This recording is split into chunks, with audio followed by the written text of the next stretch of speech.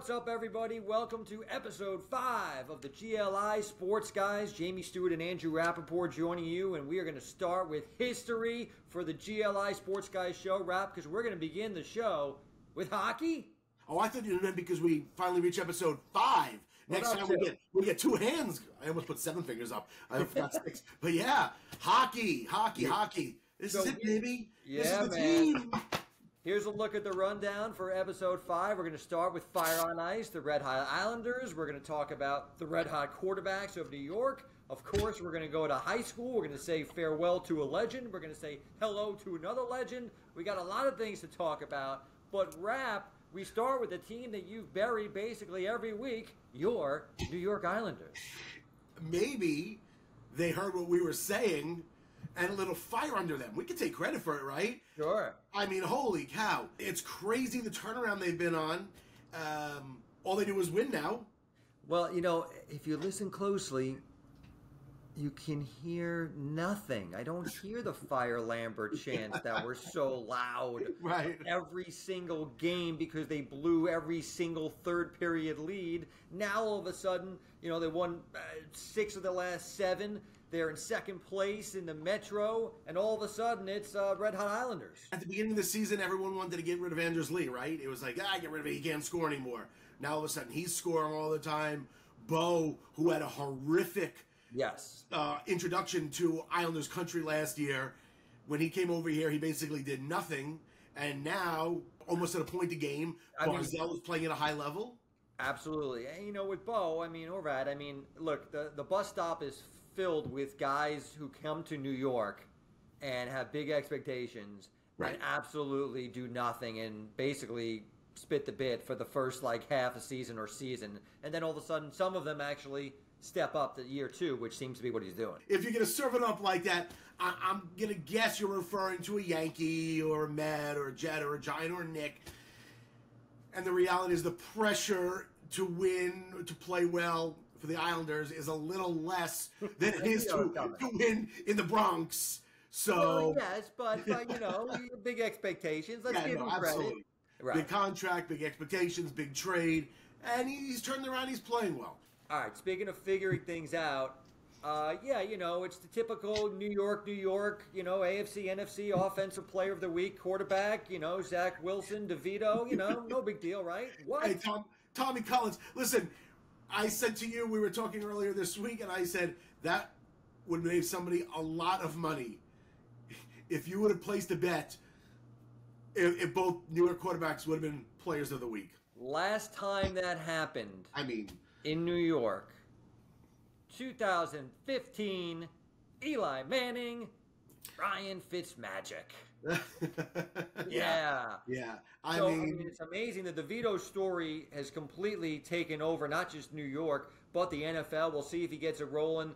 Giants at New Orleans, suddenly a big game this week. And look, he's played well. It's not like he's played amazing, but he's played very well, error-free football. And Monday night, the Packers took the lead, 2 minutes to go. It was up to Tommy Cutlets, and boom, boom, boom, boom, boom, no problem, down the field. That pass to Robinson down the sideline really ignited the team, ignited the crowd, and hey, good job by Tommy. And I'll say this, you had a lot of Daniel Jones fans, and now it's slowly going we'll see. Look what DeVito's doing. Does Daniel Jones? Will he have an issue going into next year if this thing keeps rolling for DeVito? And as for Zach Wilson, hey, no idea if he's coming back next season or not, but at least for 1 week, he completely outplayed C.J. Stroud and was Player of the Week. He comes back next year, I think. I don't think so. If the Jets win the Super Bowl. I agree. Zach Wilson can't come back. It's a nice story. He played well 1 game, but I think the horribleness, is that a word? Horribleness? No, but go ahead. Horrificness of Zach far outweighs the good that he's had. It's fun. It's a fun little story. It's a fun time to be at least a fun week to be a Jet and Giant fan. But come on. And then you read all the comments on social media. Oh, we knew all Zach needed was a chance. How many chances do you want this guy to have? Look, he's got a few more games. What if he plays well against Miami this week? What if he plays well against Miami? Well, that's what I'm saying. You're getting him a look. He's auditioning for next season somewhere. You think the Fire Lambert chants were loud from the 19 people that went to the Islander games? Imagine what the chance would be if they brought Zach Wilson back with a full MetLife Stadium next year. Yeah, I mean, we'll see. We'll see what the Jets have to do there. I mean, there's still a few more games to go. It's every week in the NFL things change, right? It was get Zach out of here. Now it's bring him back. Now it's, hey, what if Rodgers is ready to play, but Zach is playing well? Let's tell Rodgers no. Like, what are we doing? Well, the people who say that shouldn't have a keyboard or shouldn't have a voice, because that's. And I'm not the biggest Aaron Rodgers guy. I've been bashing this guy for years. But anybody who says, what if Zach is playing well? What? Stop. Although I do think Aaron Rodgers should not play again this season. I agree. Speaking of guys in the NFL, which is kind of an interesting transition, how many coaches in Long Island history have sent 3 players to the NFL? How many coaches in Long Island history? Well, I know of one. And he is now a former coach. Yes. Because it is the end of the line for the great Russ Selin. Now, I'm going to be completely transparent. Yes. Right? You're going to be a little surprised at what I say right here. Well, Russ and I did not have the greatest relationship. And I know that. Yes. And I always backed Russ. Yeah. He just was not nice to me. And I don't know why. I don't know if I ever did anything to him. He just didn't like me, which is fine. Which made me like him even more. Yeah, and I was in the box with him a couple weeks ago during the LICs. Man didn't even turn around and say hello to me. Well, you hate that. Which I get. You have a list that goes on your list real quickly. If you guys meet Andrew in public, if you don't acknowledge him, that's not true. That's not true. I am a nice guy. 38 seasons as a Freeport head coach, 7 LICs, 6 Rutgers Cups. What he's done for that town, for that community. We mentioned 3 players, right? Obviously, DeBrick, who is a legendary Jet. Do we go legendary? I mean, he's in the Hall of Very Good. Right, the Hall of Very Good. Never missed a start, right? Something like that? Yep. Clifton Smith, who had a nice little, he played a few seasons. I only got into a handful of games, but, you get into one game, you can say he made it, right? Yep. And then Marlon Greenwood, the linebacker who played for the Dolphins and then signed the big money contract with the Texans. Yeah, very good career. So he had a good career. So you sent 3 guys. I'm pretty confident in saying that there are not many teams in the entire tri-state, because that's what we cover, that have 3. That have had 3 guys. I'm looking at his record, 258, 125, 3 ties. I always liked you, Russ, so I don't care what Andrew says. Good luck in your retirement. Good luck in what you do. All right, well, listen, we'll make another transition because we mentioned he sent 3 guys to the NFL. There's another coach who sent 3 guys to the pros, although all 3 were not in the NFL. Jack Agostino, the great Jack Agostino from Amityville, sent 1 guy to the NFL and 2 guys to the NBA, and one of those guys, AJ Price, is now back once again as his assistant coach. Absolutely, that's awesome. It's a great story, full circle for AJ, so that's a great transition. Let's bring AJ right now and talk to him about it. Why not? Come on in, AJ. You're back where it all started. You're back at Amityville. You're back with Jack Agostino as assistant coach. What's that like, being back in the school where you basically got your career started? It's been surreal. The school is a lot different. It's a lot nicer. Gym is different. So in that aspect, it was great just to see the kids have better than what we had. But in terms of just being back in the same hallways, back around Jack, it's really been surreal. It's something that I never envisioned myself doing or even partaking in. So the fact that it's happening now and it's going as well as it's going, I'm enjoying myself. I love being around the guys. It's really it's really done something to me. It's shown me something, and I'm definitely want to continue this. I'm having a ball. I mean, do you have to tell all these kids who you were and who you are? It's funny. Generation for me is usually around like 10 years. So if you put it in those terms, a lot of these guys don't know who I am. They had to be told. I've heard the name before, but uh, to say they knew me, no, I can't say a lot of them did. There was a few of them who knew my accomplishments and what I did.